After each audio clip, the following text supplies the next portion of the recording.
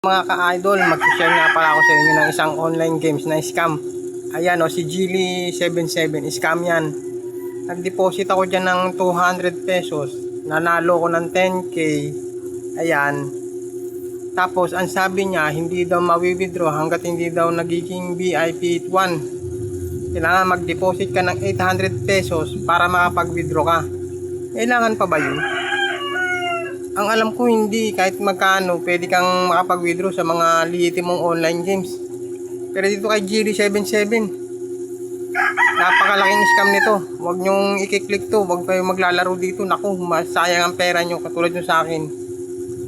Sayang, hindi ko na ma-withdraw. Sayang, ang laki pa naman na napanalo na ako, 10k, mahigit. Naglaro lang ako niya kagabi lang din ako nag-register dyan. Pero anong ginawa nila? Wala. Niloloko nila yung tao. Dapat yung mga ganyang online games tinatanggalan ng ano. Wala naman lisensya yung mga ganyan, mga scammer yung mga yan. Kaya kung ako sa inyo, huwag kayo maglaro sa mga lehitimong online games, kasi doon secured ang pera nyo. Makaka-withdraw ka talaga sigurado. Pero sa mga ganitong katulad ni Gili, nako, wala tayong mapapala sa mga online, sa mga ganyang online games na scammer. Naglalaro din ako minsan ng mga online games. Kaya lang, siyempre, budget. Sayang naman yung 200, pambili na rin ng ulam at bigas yun.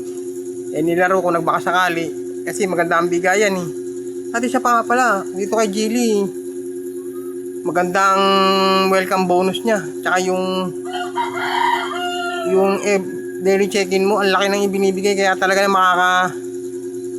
nakakadiskumpiyado na hindi siya lihitimo talaga, scammer talaga siya.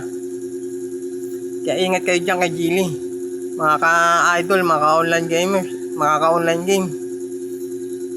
Kaya sinasabi ko sa inyo, paalala lang, doon kayo sa mga lihitimong online games pumunta, huwag sa mga scam na tulad ni Gili.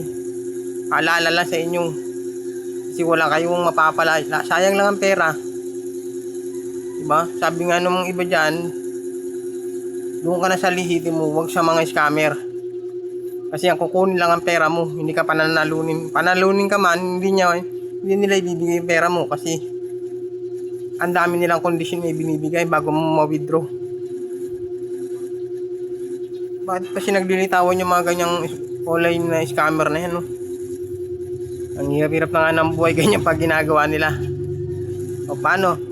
Sa mga paalala ha, doon kayo sa mga lehitimong online games mo kung maglaro. Huwag sa mga scammer tulad ni Gili77. Bagsak sa akin yan. Okay ha?